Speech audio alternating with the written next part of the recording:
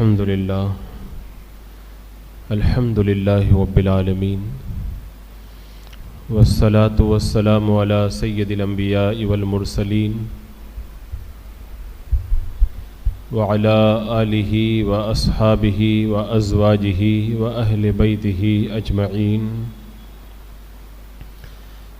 اما بعد فاعوذ باللہ من الشیطان الرجیم بسم اللہ الرحمن الرحیم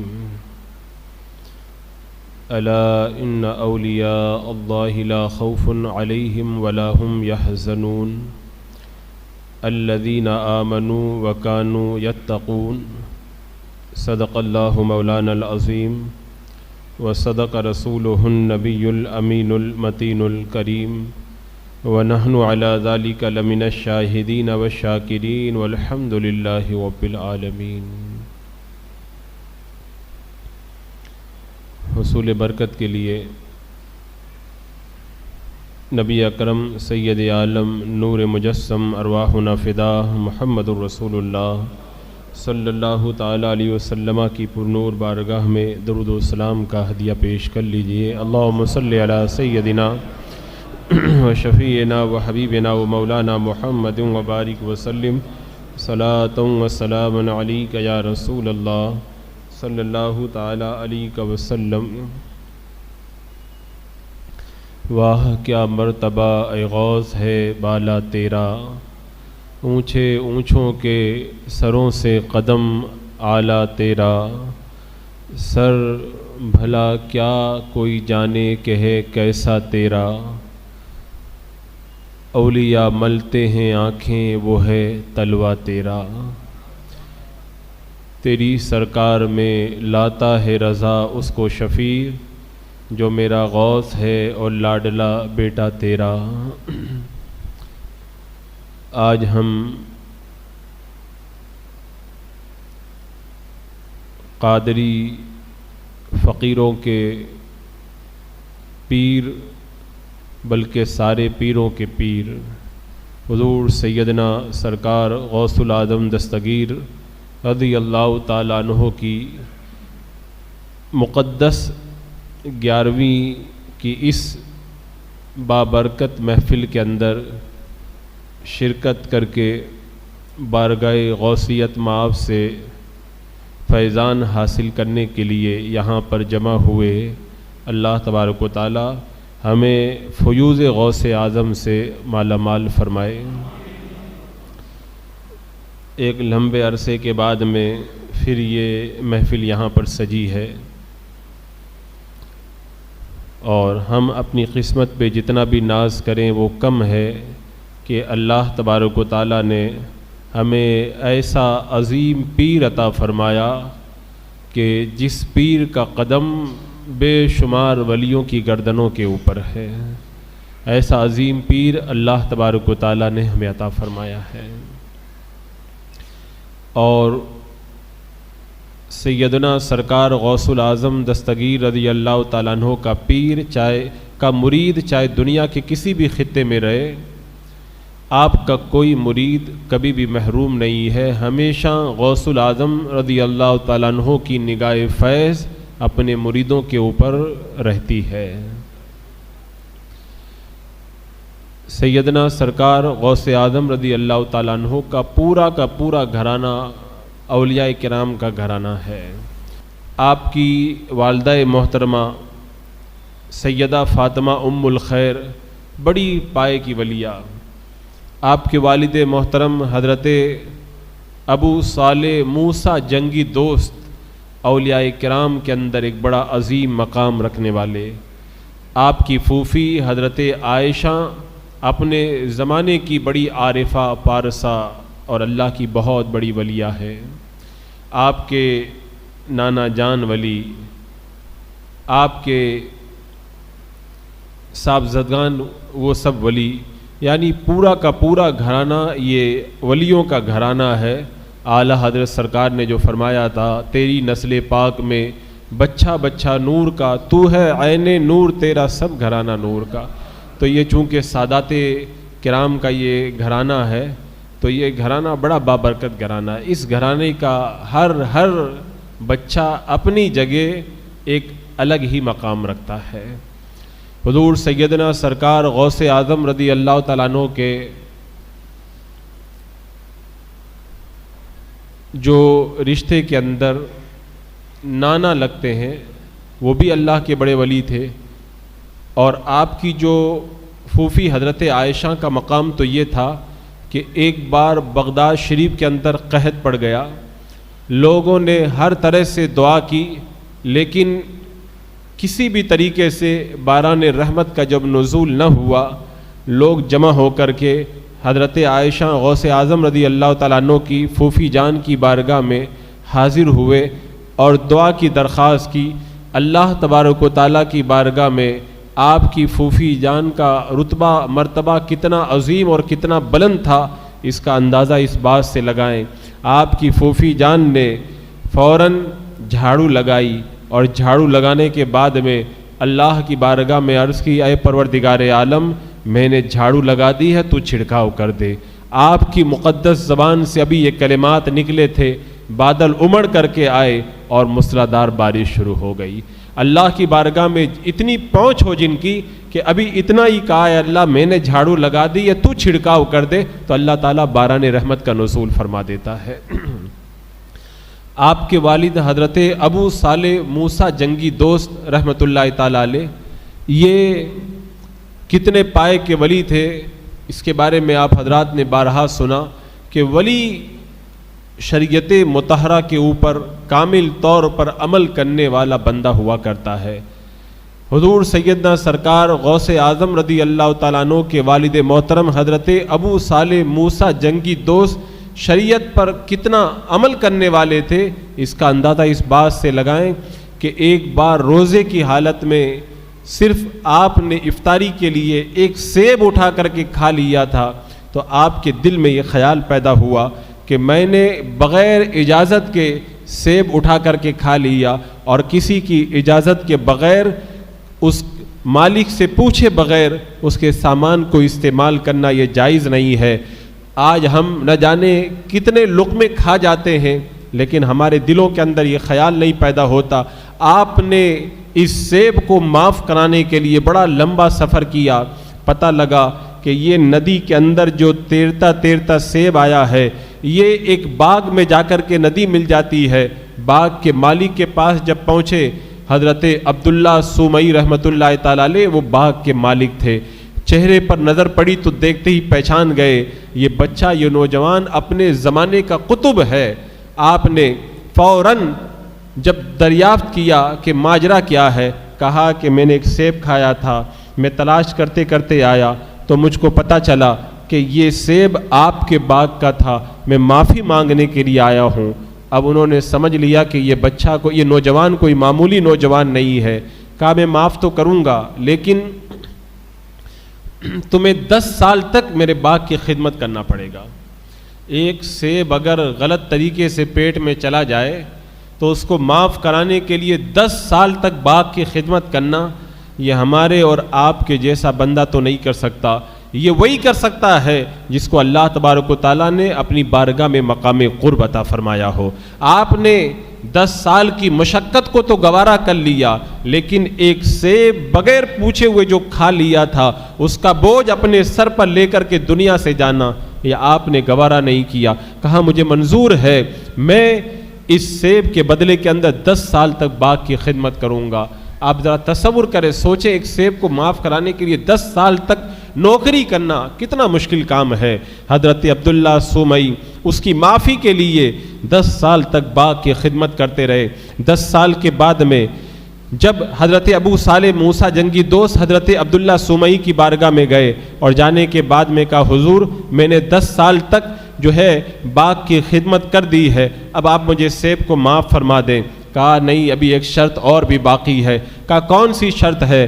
کہا وہ شرط یہ ہے کہ تمہیں میری بچی سے شادی کرنا پڑے گا۔ میری بیٹی جو آنکھوں سے اندھی ہے، کانوں سے بہری ہے اور وہ لولی ہے، لنگڑی ہے، اس سے تمہیں شادی کرنا پڑے گا۔ حضرت ابو صالح موسیٰ جنگی دوست رحمۃ اللہ تعالیٰ علیہ نے یہ نہیں سوچا کہ صرف ایک سیب کا معاملہ ہے، کہا مجھے سیب کو معاف کرانے کے لیے شرط بھی منظور ہے۔ شادی ہو جاتی ہے، پہلی رات ہے، حضرت ابو صالح موسیٰ جنگی دوست رحمۃ اللہ تعالیٰ علیہ جب پہلی رات کے اندر اپنی نئی نویلی دلہن کے پاس جاتے ہیں تو جانے کے بعد میں حیرت میں ڈوب جاتے ہیں۔ ایک حسین و جمیل جس کے چہرے سے نورانیت ٹپک رہی ہے، ایسی پاکیزہ خاتون شادی کے جوڑے کے اندر اجلۂ عروسی کے اندر موجود ہے۔ آپ گھبرا کر کے واپس باہر آ جاتے ہیں۔ آپ کے جو سسر سے جب ملاقات ہوئی تو آپ نے پوچھا کہ کیا بات ہے، تم واپس کیوں چلے آئے؟ کہا کہ آپ نے کہا تھا کہ میری بیٹی اندھی ہے، لھولی ہے، لنگڑی ہے، بہری ہے، لیکن جب میں اندر گیا تو ایک صحیح سلامت حسین و جمیل پاک دامن پاکیزہ خاتون کو میں نے اندر پایا، تو میں نے سمجھا کہ یہ میری بیوی نہیں کوئی اور ہے۔ حضرت ابو صالح موسیٰ جنگی دوست کی اس بات کو سن کر کے حضرت عبداللہ سومئی نے فرمایا، بیٹا میں نے جو تم سے کہا تھا میری بچی کے بارے میں، یہی وہ میری بچی ہے جس سے میں نے تمہاری شادی کی ہے، اور جو میں نے کہا تھا کہ آنکھوں سے اندھی ہے، اس کا مطلب یہ ہے کہ یہ کبھی کسی غیر محرم کی طرف نگاہ اٹھا کر کے نہیں دیکھتی، غیر محرم کو دیکھنے سے اس کی آنکھیں اندھی ہے، اس نے غیر محرموں سے اپنی آنکھوں کو بند کر کے رکھا ہے۔ میں نے کہا تھا یہ جو ہے وہ سنتی نہیں ہے، یعنی کوئی شریعت کے خلاف بات اپنے کانوں کے اندر یہ جانے نہیں دیتی، اس اعتبار سے یہ جو ہے بہری ہے۔ میں نے جو یہ کہا تھا کہ یہ بولتی نہیں ہے، یہ گونگی ہے، اس کا مطلب یہ ہے کہ آج تک کبھی بھی اس نے شریعت کے خلاف کوئی بات اپنی زبان سے نہیں نکالی ہے، اپنے قدموں سے کسی شریعت کے خلاف جگہ پر چل کر کے یہ نہیں گئی ہے۔ اس اعتبار سے میں نے اسے لولی، لنگڑی، بہری، اندھی، گونگی کہا تھا۔ اب ایسا پاکیزہ جب شوہر ہو اور ایسی پاکیزہ بیوی ہو تو اس سے جو بچہ پیدا ہوتا ہے وہی شیخ عبد القادر جیلانی بنتا ہے۔ اللہ اکبر! اس سے آپ اندازہ لگائیں کیسا پاکیزہ گھرانہ تھا۔ حضرت عبداللہ سومئی بھی بڑے پائے کے ولی تھے۔ آپ کے حوالے سے روایتوں کے اندر یہ آتا ہے کہ کچھ آپ کے مریدین جنگل میں ڈاکوؤں میں گر گئے، عبداللہ سومئی کو آواز دی، فوراً آپ نمودار ہوئے، ڈاکوؤں کو آپ نے دفع کیا۔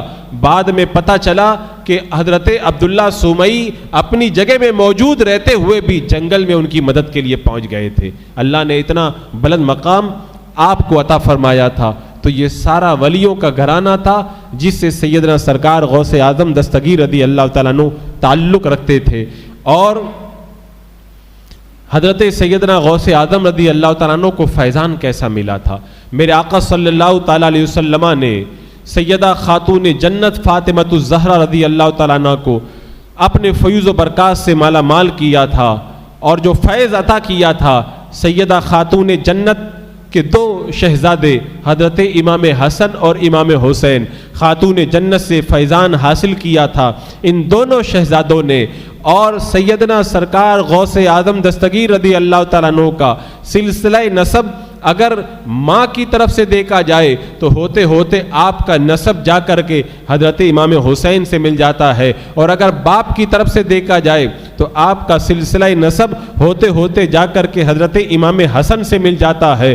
یعنی اللہ کے رسول کا جو فیضان خاتون جنت کو ملا، خاتون جنت کا فیضان امام حسن و حسین کو ملا، امام حسن و حسین کا فیضان آگے چلا تو امام حسین کا فیضان حضرت غوث اعظم کی ماں تک پہنچا، امام حسن کا فیضان سیدنا غوث اعظم کے والد محترم تک پہنچا، اور پھر یہ حسنین کریمین کا فیضان غوث اعظم رضی اللہ تعالیٰ عنہ کے والدین میں جا کر کے جمع ہوا، اور اس دونوں دریاؤں سے جو آپ سیراب ہوئے سیدنا غوث اعظم دستگیر رضی اللہ تعالیٰ عنہ، تو پھر اللہ تبارک و تعالیٰ نے آپ کو ایسا مقام عطا فرمایا کیونکہ آپ نجیب الطرفین تھے، اور دونوں طرف سے اللہ نے آپ کو فیض و برکات سے مالا مال فرمایا تھا۔ یہ سیدنا غوث اعظم رضی اللہ تعالیٰ عنہ کا سلسلہ نسب ہے۔ اور سیدنا غوث اعظم رضی اللہ تعالیٰ عنہ کی جب ولادت کی رات آئی تھی، جس رات میں آپ پیدا ہوئے تھے، رمضان المبارک کا پہلا دن تھا، دوسرے دن خواب میں حضرت ابو صالح موسیٰ جنگی دوست رحمۃ اللہ تعالیٰ علیہ نے خواب میں یہ دیکھا کہ اللہ کے رسول علیہ السلام تشریف لائے ہیں اور کہتے ہیں اے ابو صالح، اے میرے بیٹے تمہیں مبارک ہو، ایک بڑا پاکیزہ بچہ تمہارے گھر میں پیدا ہونے والا ہے اور وہ اللہ کا بہت بڑا ولی ہے، میں تمہیں مبارکباد دیتا ہوں۔ اور پھر فرمایا کہ وہ اپنے زمانے کے ولیوں کا سردار ہوگا، اور میرے آقا علیہ الصلوۃ والسلام نے بشارت دی کہ جیسے میرا مقام و رتبہ انبیاء کرام میں ہے، اولیاء کرام میں، ایسے ہی تیرے بچے کا مقام و رتبہ ہوگا۔ سیدنا سرکار غوث اعظم رضی اللہ تعالیٰ عنہ جس رات میں پیدا ہوئے، اس رات میں بغداد میں کوئی لڑکی پیدا نہیں ہوئی، جتنے پیدا ہوئے سب لڑکے پیدا ہوئے، اور اس رات میں جتنے لڑکے پیدا ہوئے سب کے سب اللہ کے ولی بن گئے۔ یہ سیدنا سرکار غوث اعظم رضی اللہ تعالیٰ عنہ کی پیدائش کی برکت تھی۔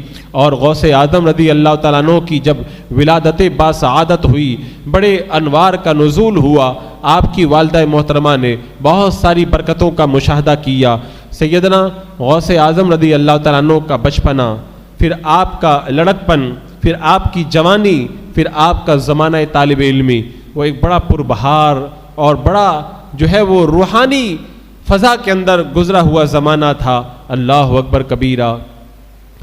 سیدنا سرکار غوث اعظم رضی اللہ تعالیٰ عنہ کا بچپن آپ دیکھیں، آپ خود بیان فرماتے ہیں کہ آپ سے جب پوچھا گیا کہ آپ کو اپنے ولی ہونے کا پتہ کب چلا، فرمایا جب میں چھوٹا بچہ تھا، مکتب میں پڑھنے جایا کرتا تھا تو میں یہ آوازیں سنا کرتا تھا کہ کوئی کہنے والا کہتا تھا کہ اللہ کے ولی کے لیے جگہ کشادہ کر دو۔ اسی دن سے میں سمجھ گیا تھا کہ اللہ تبارک و تعالیٰ نے مجھے اپنا ولی بنا دیا ہے۔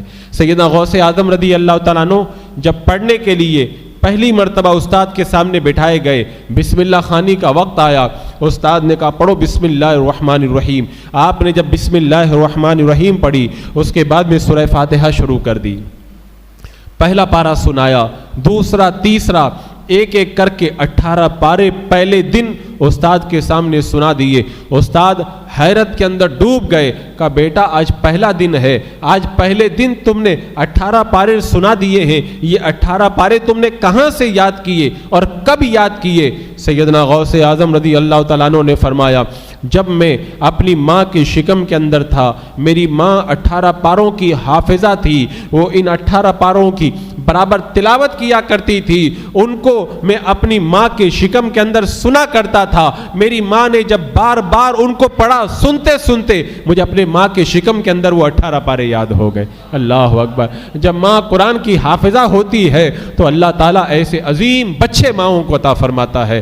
آج ہم دیکھیں ہماری مائیں، بچہ پیٹ میں ہوتا ہے، فلم بھی دیکھتی ہے، گانے بھی سنتی ہے اور دوسرے گناہوں میں بھی مگن رہتی ہے، تو پھر ان ماؤں کے شکم سے پیدا ہونے والے بچے کیسے نیک اور پارسا بنیں گے؟ اگر ہماری مائیں اگر نیک بن جائیں تو ان کے شکم سے اللہ تبارک و تعالیٰ نیک اور پارسا اولاد کو پیدا فرمائے گا۔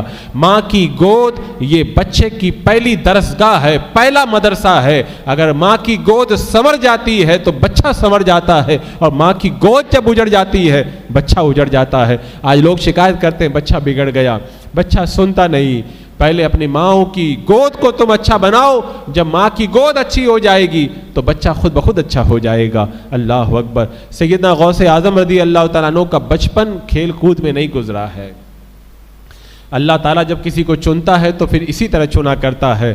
آپ فرماتے ہیں جب کبھی میں کھیلنے کا کبھی میں نے ارادہ کیا تو غیب سے آواز آتی تھی، اے برکت والے بچے ادھر آ، اللہ نے تمہیں کھیلنے کے لیے پیدا نہیں کیا ہے۔ آپ دوڑ کر کے اپنی ماں کی گود میں جا کر کے چھپ جاتے تھے۔ ایک بار بیان فرماتے ہیں میں سیر و تفریح کا ارادہ لے کر کے باہر آیا، میں نے دیکھا ایک کسان ہے وہ ہل چلا رہا ہے، میں پیچھے پیچھے چلنے لگا، تبھی اس بیل نے پیچھے مڑ کر کے دیکھا اور فصیح زبان کے اندر عربی زبان میں بول کر کے کہا عبد القادر تمہیں اس لیے نہیں پیدا کیا گیا ہے، سیر و تفریح کے لیے اللہ نے تم کو نہیں پیدا فرمایا ہے۔ آپ نے جب آواز کو سنا دوڑ کر کے اپنی ماں کے پاس چلے جاتے ہیں اور اپنی والدہ محترمہ کے دامن میں پناہ لے لیتے ہیں۔ اللہ تبارک و تعالیٰ جب کسی کو چنتا ہے تو اس کی تربیت کا ایسا انتظام فرمایا کرتا ہے۔ غوث اعظم رضی اللہ تعالیٰ عنہ جب مدرسے میں پڑھنے کے لیے جایا کرتے تھے تو آپ کے ساتھ میں کچھ نورانی شکلیں رہا کرتی تھی، بعد میں یہ پتہ چلا کہ یہ اللہ کے فرشتے تھے جو غوث اعظم رضی اللہ تعالیٰ عنہ کے ساتھ میں رہا کرتے تھے۔ سیدنا سرکار غوث اعظم رضی اللہ تعالیٰ عنہ کا بچپن بڑا پیارا بچپن تھا، بڑا نورانی بچپن تھا۔ اس بچپن کے زمانے ہی میں آپ کا دل خدا کی بارگاہ میں لگا ہوا تھا، اور پھر جب نوجوانی کی دہلیز پہ آپ نے قدم رکھا، 18 سال کی آپ کی عمر ہوئی، تو آپ نے اپنی والدہ محترمہ سے کہا، امی جان میرا دل یہ چاہتا ہے کہ اس زمانے کے اندر بغداد شریف یہ علم کا بڑا مرکز ہے، میں بغداد شریف میں جا کر کے علم حاصل کروں۔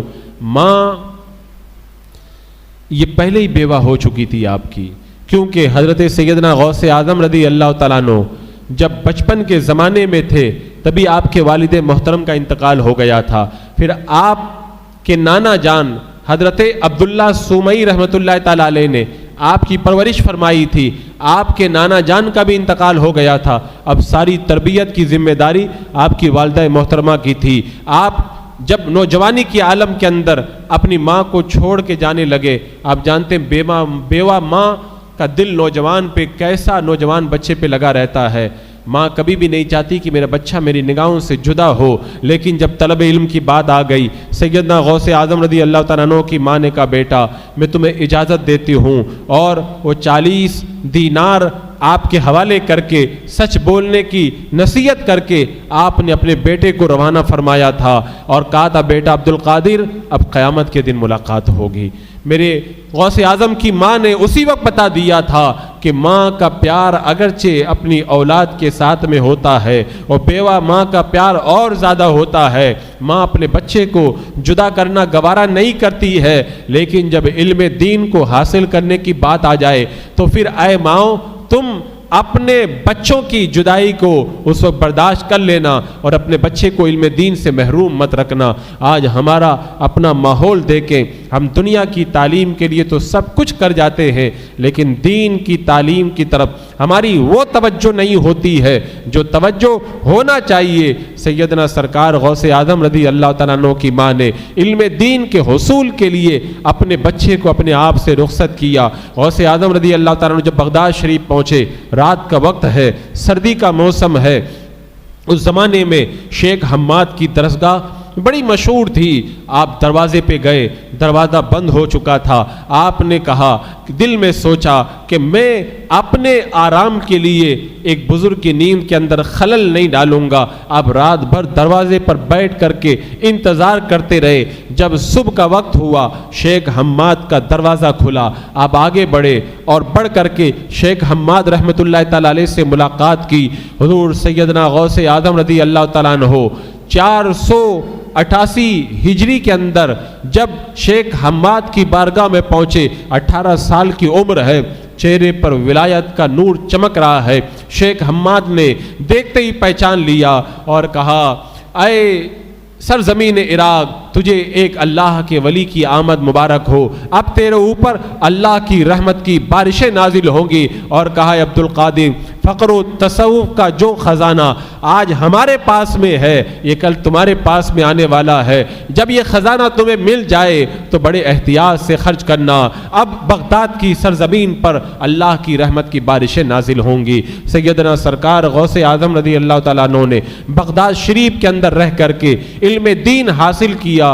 وہ ایک بڑی دردناک کہانی ہے، سیدنا غوث اعظم نے کس طرح علم دین حاصل کیا اور اس راہ میں کتنی کٹھنائیاں آئی، اس کو اگر پڑھو تو کلیجہ منہ کو آتا ہے۔ اللہ اکبر، اس کی چند جھلکیاں میں آپ کے سامنے رکھوں تو آپ اندازہ لگائیں گے کہ میرے غوث اعظم نے علم دین حاصل کرنے کے لیے کتنی تکلیف اٹھائی ہے۔ آپ بیان فرماتے ہیں، ایک بار 20 دن تک مجھے کھانے کے لیے کچھ بھی نہیں ملا، 20 دن سے میں بھوک سے پریشان تھا۔ میں جب بھوک سے پریشان ہوا تو میں چلا اور ان کھنڈرات کی طرف، کسرا کے کھنڈرات کی طرف چلا۔ تاکہ کچھ گری پڑی چیزیں مل جائیں، اٹھا کر کے میں کھا لوں۔ جب میں گیا تو میں نے دیکھا 70 اللہ کے ولی وہاں پر رزق کی تلاش کے اندر، گری پڑی چیزوں کی تلاش کے اندر لگے ہوئے تھے۔ میں نے اپنے دل میں کہا عبدالقادر، ان اللہ والوں کے درمیان تجھے خلل ڈالنے کی ضرورت نہیں ہے۔ میں بھوکا ہی پلٹ کر کے چلا آیا، تبھی ایک شخص ملا اور مجھ سے پوچھنے لگا کیا جیلان کے عبدالقادر کو جانتے ہو؟ انہوں نے کہا میں ہی تو عبدالقادر جیلان کا رہنے والا جیلانی عبدالقادر ہوں۔ کہا تمہاری ماں نے مجھے سونے کا ایک ٹکڑا تمہارے پاس پہنچانے کے لیے دے کر کے بھیجا ہے، میں کئی دنوں سے تم کو تلاش کر رہا ہوں۔ غوث اعظم رضی اللہ تعالیٰ عنہ کو جب سونے کا ٹکڑا ملا، ماں نے بھیجا تھا کہ میرا بیٹا دور وطن سے دور کہیں علم حاصل کر رہا ہے، اپنے بچے کے لیے آج بھی مائیں خرچہ بھیجا کرتی ہے۔ غوث اعظم کی ماں نے بھی اپنا جو کچھ اثاثہ تھا وہ اپنے بچے کے لیے بھیج دیا تھا۔ میرے سرکار غوث اعظم 20 دن سے بھوکے ہیں۔ اللہ اکبر، یہ نہیں کہ کھانا خرید کے کھا لیں، نہیں، اس سونے کے آپ نے 2 حصے کیے اور آدھا حصہ لے کر کے کسرا کے کھنڈات کی طرف چلے گئے اور ان اللہ کے 70 ولیوں کی بارگاہ میں جا کر کے پیش کیا کہ یہ لیجئے اور اس سے اپنے کھانے کا انتظام کیجئے۔ انہوں نے پوچھا کہاں سے آیا؟ کہا میری ماں نے وطن سے میرے لیے خرچہ بھیجا ہے۔ اللہ اکبر، آپ اندازہ لگائیں 20 دن کا بھوکا اگر کھانے کے لیے کچھ پا جائے تو اس کی ساری توجہ کھانے کی طرف ہوتی ہے۔ میرے غوث پاک نے بتا دیا پہلے بھوکوں کو کھلا کر کے بعد میں اپنا پیٹ بھرنا، یہ میرا طریقہ ہے۔ اللہ اکبر، اسی لیے سرکار غوث پاک نے ایک موقع پہ فرمایا تھا اگر مجھے ساری دنیا کی دولت دے دی جائے تو ساری دولت میں بھوکوں کو کھانا کھلانے کے اندر خرچ کر دوں گا۔ اللہ اکبر، اسی لیے دہلی کی مشہور بزرگ حضرت سیدہ بی بی فاطمہ سام رحمۃ اللہ تعالی علیہ فرمایا کرتی تھی بھوکے کو 1 روٹی دے دینا اور 1 پیالہ پانی پلا دینا یہ آدھی فقیری ہے، یعنی بندہ اگر ایسا کر لے تو آدھا اللہ کا ولی بن جایا کرتا ہے۔ اللہ اکبر، سیدنا غوث اعظم نے جو آدھا حصہ بچ گیا تھا اس میں سے بھی اس لانے والے کو دیا، اسے بھی کھانا کھلایا۔ اب اندازہ لگائیں کتنی مشقتوں سے آپ گزرے۔ اسی طرح آپ بیان فرماتے ہیں ایک دن بھوک سے میں بےتاب ہوا، کئی دن ہو گئے تھے، غالباً 40 دن ہو گئے تھے، مجھے کھانے کے لیے کچھ نہیں ملا تھا۔ میرے دل سے، میرے نفس سے آوازیں آ رہی تھی، بھوک کی صدائیں نکل رہی تھی، میرا عجیب حال ہو گیا۔ میں دجلہ کے کنارے گیا تاکہ وہاں پہ جو لوگ سبزیاں دھلتے ہیں کچھ پتے وغیرہ گر جاتے ہیں، وہ گرے ہوں گے تو اٹھا کر کے میں کھا لوں گا اور میں اپنی بھوک کا انتظام کر لوں گا۔ فرماتے جب میں وہاں پہ گیا تو میں نے دیکھا وہاں پہ پہلے ہی کئی فقیر لوگ موجود تھے اور گھری ہوئی سبزیاں اٹھا کے کھا رہے تھے۔ میں نے ان کے درمیان دخل دینا مناسب نہیں سمجھا، میں مسجد میں آ کر کے بیٹھ گیا، اللہ کا ذکر کرنا میں نے شروع کر دیا۔ تبھی میں نے کیا دیکھا، ایک بندہ آیا، بھنا ہوا گوشت ہے، روٹی لے کر کے آیا اور بیٹھ کر کے کھانے لگا۔ میرے سرکار غوث پاک فرماتے میری بھوک اس قدر شدید ہو گئی تھی، جب وہ لقمہ اٹھاتا اور کھانے کا ارادہ بناتا اور اپنے منہ میں ڈالنے لگتا تو بھوک کی وجہ سے میرا منہ کھل جاتا، پھر وہ لقمہ اٹھاتا اور کھانے کے لیے جب اپنے منہ کے قریب لے کر کے جاتا تو بھوک کی وجہ سے میرا منہ کھل جاتا۔ اللہ اکبر، اس مسافر کی نظر غوث پاک رضی اللہ تعالیٰ عنہ پہ پڑی، قریب میں بلایا، آپ انکار کرتے رہے کیونکہ اللہ والوں کی شان بلند ہوتی ہے، چاہے وہ بھوکے ہوں لیکن اللہ ان کو شان استغنا عطا فرماتا ہے۔ جب اس نے بڑا اصرار کیا اور قریب بلایا تو آپ جا کر کے بیٹھ گئے، اس نے کہا آپ بھی کھائیے، اور کھاتے کھاتے وہ پوچھنے لگا کہ کیا تم عبدالقادر کو جانتے ہو جو جیلان کا رہنے والا ہے؟ کہا میں ہی تو عبدالقادر جیلانی ہوں۔ کہا اللہ اکبر، مجھے معاف کر دو، میں بھی جیلان کا رہنے والا ہوں۔ میں جب جیلان سے بغداد آ رہا تھا تو مجھے آپ کی ماں نے کچھ خرچہ دیا تھا، کچھ سکے دیے تھے کہ میرا بیٹا عبدالقادر بغداد میں پڑھ رہا ہے، میرے بیٹے کو یہ سامان پہنچا دینا، یہ خرچہ پہنچا دینا۔ میں کئی دنوں سے تم کو تلاش کرتا رہا، جب تم نہیں ملے، آج جب میرا سامان ختم ہو گیا تو تمہارے پیسوں میں سے میں یہ کھانا خرید کے لایا ہوں۔ اب تم میرے مہمان نہیں ہو بلکہ میں تمہارا مہمان ہوں۔ غوث پاک رضی اللہ تعالیٰ عنہ نے پھر بھی کوئی ذرہ برابر بھی اس سے باز پرس نہ فرمائی، بلکہ جو پیسہ دیا تھا اس میں سے بھی آپ نے اس کو اور عطا کیا اور باقی جو پیسہ بچ گیا تھا اس سے کھانا خرید کے بغداد کے فقیروں کے اندر تقسیم فرما دیا۔ اللہ اکبر، سرکار غوث پاک جب پڑھ رہے تھے بغداد شریف کے اندر، اللہ اکبر، اس وقت جو آپ نے تکلیفیں اٹھائی ہیں ان کو اگر بیان کیا جائے تو اب حیرت میں ڈوب جائیں گے کہ ہم تو خالی یہی سنتے ہیں کہ غوث پاک بغداد شریف پڑھنے گئے اور پھر ایک زمانہ اللہ کے ولی بن گئے. اتنی آسانی سے ولی نہیں بنے. غوث پاک خود فرماتے نلت العلم حتی صرت کتبا، میں علم حاصل کرتے رہا اور علم حاصل کرتے کرتے کتب بن گیا میں. اللہ اکبر. سیدنا غوث پاک رضی اللہ تعالیٰ عنہ کو جو مشقتیں آئی، خود فرماتے ہیں اگر وہ مشکلیں پہاڑوں پہ اتر جاتی تو پہاڑ بھی ٹکڑے ٹکڑے ہو جاتے. فرماتے ہیں جب پریشانی حد سے بڑھ جاتی اور غم حد سے بڑھ جاتا تو میں زمین پر لیٹ جاتا اور زمین پر لیٹ کر کے پڑھتا ان مع العسر یسرا فان مع العسر یسرا. ہر تکلیف کے بعد آسانی ہے، ہر تکلیف کے بعد آسانی ہے. جب تکلیفیں بہت زیادہ ہو جاتی سرکار غوث پاک زمین پر لیٹ کر کے یہی آیت کریمہ پڑھتے رہتے ہر تکلیف کے بعد آسانی ہے، ہر تکلیف کے بعد آسانی ہے. اس آیت کریمہ کو پڑھنے کی وجہ سے آپ کے دل کے اندر سکون محسوس ہوتا. سیدنا غوث اعظم رضی اللہ تعالیٰ عنہ کو زمانہ طالب علمی کے اندر جن راہوں سے گزرنا پڑا، اللہ اکبر.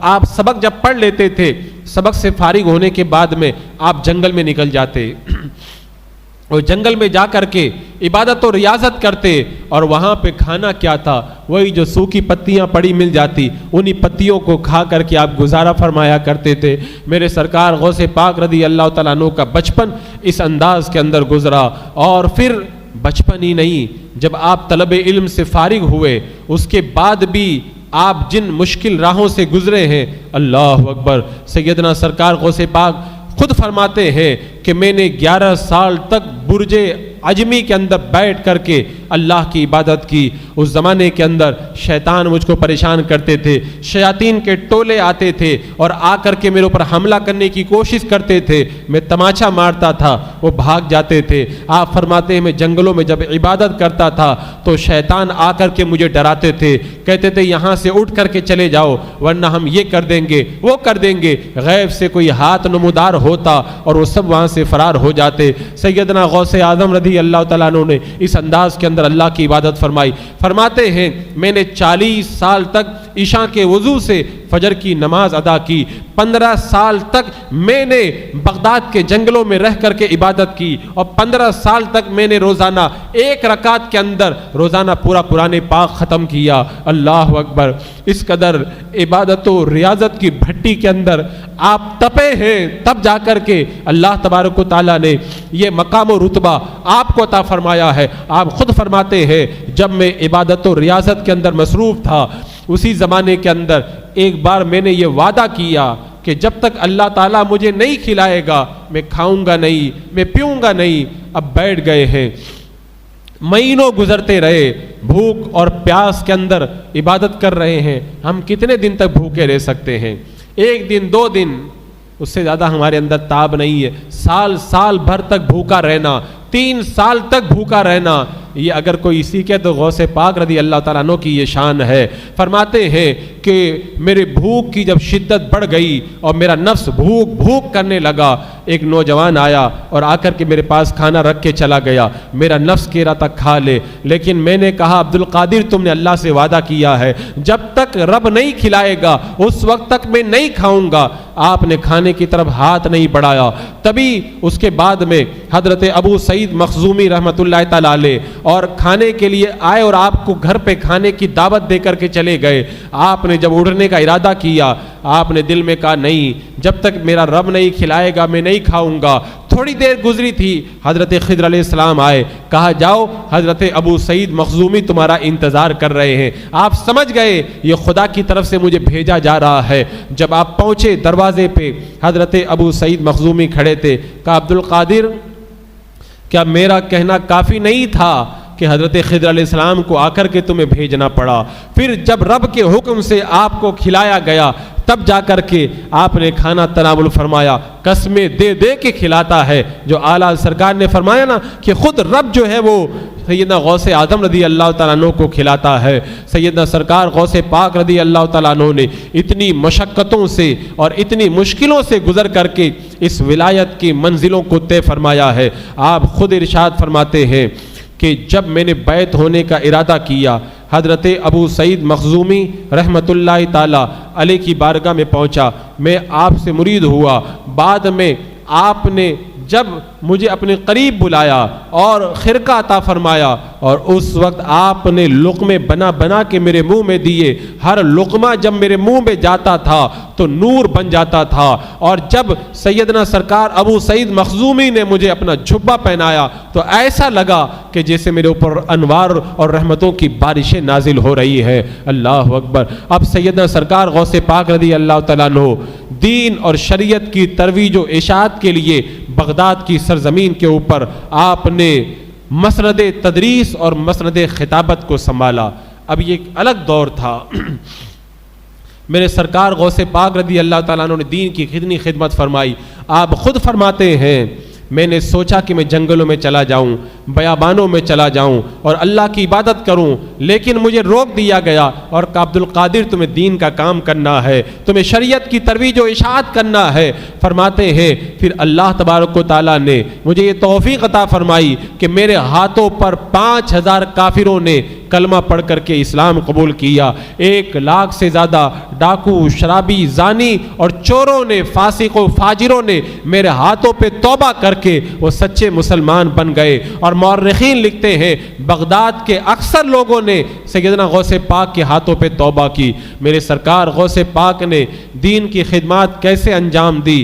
اپنی خطابت کے ذریعے آپ نے لوگوں کو دین سے قریب کیا، اور خود آپ کا طریقہ یہ تھا آپ منبر خطابت پر بیٹھ جاتے اور اس کے بعد میں جب خطاب شروع کرتے تو مجمع کے اندر اولیاء کرام اور ملائکہ اور جناتوں کا ایک ہجوم ہوا کرتا تھا، اور لوگ 70 ہزار کی تعداد میں مجمع کے اندر موجود ہوتے۔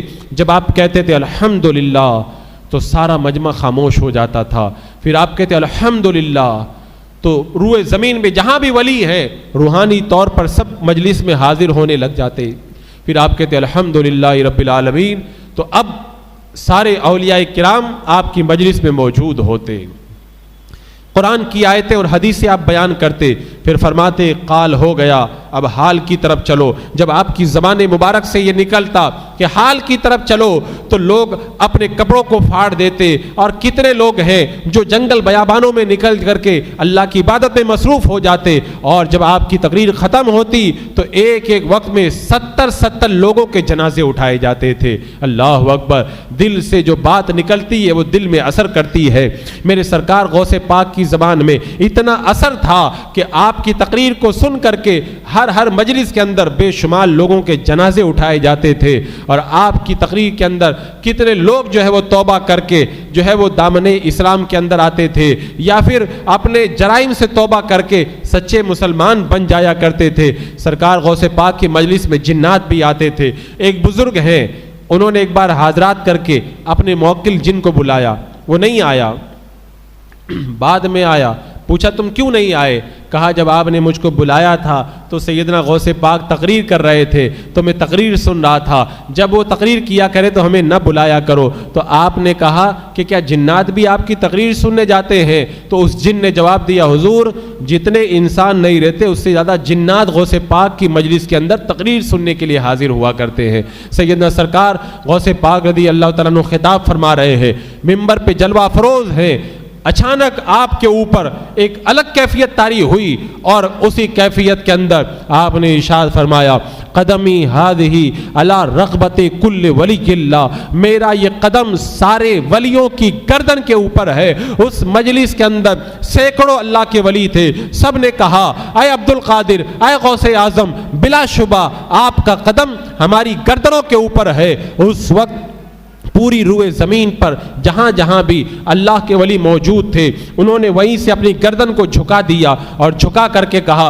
غوث پاک کا قدم ہماری گردن کے اوپر بھی ہے۔ واہ کیا مرتبہ غوث بالا تیرا، اونچے اونچوں کے سروں سے قدم آلہ تیرا، سر بلا کیا کوئی جانے کہ ہے کیسا تیرا، اولیاء ملتے ہیں آنکھیں وہ ہے تلوہ تیرا۔ سیدنا غوث پاک رضی اللہ تعالیٰ عنہ کا یہ مقام و رتبہ کہ سارے ولی آپ کے قدم کو اپنی گردن کے اوپر رکھ لینا اپنے لیے شرف اور سعادت مندی سمجھا کرتے ہیں۔ سیدنا غوث پاک رضی اللہ تعالیٰ عنہ کی حیات طیبہ ایک بہت عظیم زندگی تھی اور پھر ایسا دور زمانے نے دوبارہ پھر کبھی نہیں دیکھا۔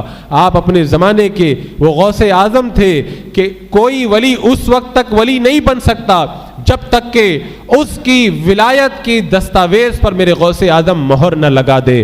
اور فرماتے ہیں، خود غوث پاک فرماتے ہیں کہ ہر ولی کسی نہ کسی نبی کے نقش قدم پہ ہوتا ہے، کسی نہ کسی نبی کا پرتو ہوتا ہے۔ کوئی حضرت موسیٰ علیہ السلام کا پرتو ہے، کوئی حضرت عیسیٰ علیہ السلام کا پرتو ہے، کوئی حضرت زکریا علیہ السلام کے نقش قدم پہ ہے، کوئی حضرت یحییٰ علیہ السلام کے نقش قدم پہ ہے۔ جو حضرت موسیٰ علیہ السلام کے نقش قدم پہ وہ ولی بھی با کمال، جو حضرت عیسیٰ علیہ السلام کے پرتو وہ بھی با کمال، جو حضرت یوسف علیہ السلام کے پرتو وہ بھی با کمال۔ لیکن آپ فرماتے ہیں سارے ولی کسی نہ کسی نبی کے نقش قدم پہ ہیں، ان کے پرتو ہے، اور میں سارے نبیوں کے سردار محمد رسول اللہ صلی اللہ تعالی علیہ وسلم کا پرتو ہوں، اور میں اللہ کے رسول علیہ الصلوۃ والسلام کے نقش قدم کے اوپر ہوں۔ تو میرے سرکار غوث پاک کا رتبہ کتنا بلند ہوگا، اللہ اکبر۔ سیدنا غوث العظم رضی اللہ تعالیٰ عنہ آپ کی بارگاہ سے کوئی بھی محروم نہیں رہا، جو بھی آیا اس نے آپ کی بارگاہ سے فیض پایا۔ بڑے بڑے اولیاء کرام نے آپ کے دربار میں حاضری دی اور فیوز و برکات حاصل کیے۔ میرے سرکار غوث پاک رضی اللہ تعالیٰ عنہ کا قبہ نور آج بھی چمک رہا ہے، اور آج بھی جب آپ کے روضے پہ جاؤ اور جا کر کے بیٹھ جاؤ تو ایسا لگتا ہے جیسے دنیا کے اندر جنت کے اندر آ گئے ہیں۔ وہ اطمینان اور سکون دلوں پہ نازل ہوتا ہے کہ دل سکون و مسرت کے سمندر میں ڈوبتا ہوا نظر آتا ہے۔ میرے سرکار غوث پاک جس مدرسے میں پڑھایا کرتے تھے اسی مدرسے میں آپ کی تدفین ہوئی ہے۔ جب آپ کے انتقال کا وقت آیا، اختلاف روایتوں کے اختلاف کے ساتھ مختلف تاریخیں آئی ہے، لیکن صحیح روایت کے مطابق آپ کا وصال اسی مہینے کی ربیع الاخر کی 17 تاریخ کو ہوا ہے۔ وصال کی رات آپ کے بیٹے کا بیان ہے، آپ بار بار فرماتے تھے وعلیکم السلام ورحمۃ اللہ، وعلیکم السلام ورحمۃ اللہ۔ فرشتوں کا ہجوم تھا، روحانی مخلوق آ رہی تھی، آپ فرما رہے تھے کہ یہاں پہ اور بھی لوگ موجود ہیں، ان کے لیے بھی جگہ چھوڑ دو، ان کے لیے بھی جگہ کشادہ کر دو۔ سیدنا غوث پاک رضی اللہ تعالیٰ عنہ کے آخری وقت کے اندر الگ الگ مخلوق آ کر کے آپ کے سلسلہ ارادت کے اندر داخل ہو رہی تھی۔ سیدنا سرکار غوث پاک رضی اللہ تعالیٰ عنہ نے آخری وقت کے اندر اپنے بیٹوں کو وصیت فرمائی، شریعت کے اوپر قائم رہنے کی نصیحت فرمائی، اور وصال سے پہلے آپ نے غسل فرمایا، اور غسل فرمانے کے بعد میں سیدنا غوث پاک رضی اللہ تعالیٰ عنہ اللہ کے ذکر کے اندر مشغول ہو گئے، اور اسی حالت کے اندر آپ سلام کا جواب بھی دے رہے تھے۔ اور سیدنا غوث پاک کے بیٹے نے پوچھا اے ابا جان آپ کو کہاں پہ درد ہو رہا ہے؟ فرمایا میرے جسم کے ہر حصے کے اندر درد ہو رہا ہے سوائے دل کے، کہ دل میں درد نہیں ہو رہا، کیونکہ میرا دل اللہ کی یاد کے اندر مگن ہے۔ سیدنا غوث پاک رضی اللہ تعالیٰ عنہ کے وصال کے وقت کے اندر آپ کے پاس میں جو لوگ موجود تھے ان کا بیان ہے، ایک عجیب کیفیت آپ کے اوپر طاری تھی، اور آپ فرما رہے تھے کہ میں ملائے اعلیٰ کی طرف جا رہا ہوں۔ سیدنا غوث پاک رضی اللہ تعالیٰ عنہ کی زبان پہ اللہ اللہ اللہ کی صدا بلند ہوئی، اور روح کفن سے انصری سے پرواز کی۔ جب بغداد معلیٰ کے اندر آپ کے وصال کی خبر پہنچی، پورا بغداد اور دور دور کے لوگ آپ کی خانقاہ میں جمع ہو گئے، اور لاکھوں یا ہزاروں کی تعداد کے اندر مجمع ہوا، اور پھر آپ کی نماز جنازہ اس دھول دھام سے پڑھی گئی۔ چشم فلک نے ایسا نظارہ کم ہی دیکھا ہوگا۔ میرے سرکار غوث پاک نے ہم جیسے غلاموں کو اپنے دامن رحمت میں لے کر ہم پر بڑا کرم فرمایا۔ آپ فرماتے ہیں جو بھی قیامت تک اپنے آپ کو میرا مرید کہتا ہے وہ میرا مرید ہے۔ فرماتے ہیں میرا مرید اگر پورب میں ہو اور میں پچھم میں رہوں، اگر میرے مرید کا سطر کھل جائے تو میں اس کی سطر پوشی کرتا ہوں، میرا مرید مجھے مدد کے لیے بلائے تو اس کی مدد کے لیے میں آتا ہوں۔ اور فرماتے ہیں میرے مرید کے ساتھ میں میری مدد موجود ہے، قیامت کے میدان میں اس وقت تک میں اپنے قدموں کو نہیں ہٹاؤں گا جب تک میں اپنے سارے مریدوں کو جنت کے اندر داخل نہ کر دوں۔ میرے سرکار غوث پاک کی شان، اللہ اکبر۔ عزیزان مکرم، ہم اپنی قسمت پہ ناز کریں۔ خود اعلیٰ حضرت سرکار نے اللہ کی بارگاہ کے اندر عرض کی تھی تو یہی عرض کی تھی، قادری کر، قادری رکھ، قادریوں میں اٹھا قدر عبد القادر قدرت نما کے واسطے. یہ ایسا عظیم دامن اللہ نے ہمیں عطا فرمایا ہے. انشاءاللہ کل جمعہ کی محفل کے اندر بھی سیدنا غوث پاک رضی اللہ تعالیٰ عنہ کی دین پر استقامت کے حوالے سے میں کچھ باتیں عرض کروں گا. اللہ رب قدیر ہماری اس محفل کو اپنی بارگاہ میں قبول فرمائے اور جو غلطیاں ہوئیں اللہ رب قدیر انہیں معاف فرمائے. استغفر اللہ ربی من کل ذنب واتوب الیہ. السلام علیکم ورحمۃ اللہ وبرکاتہ.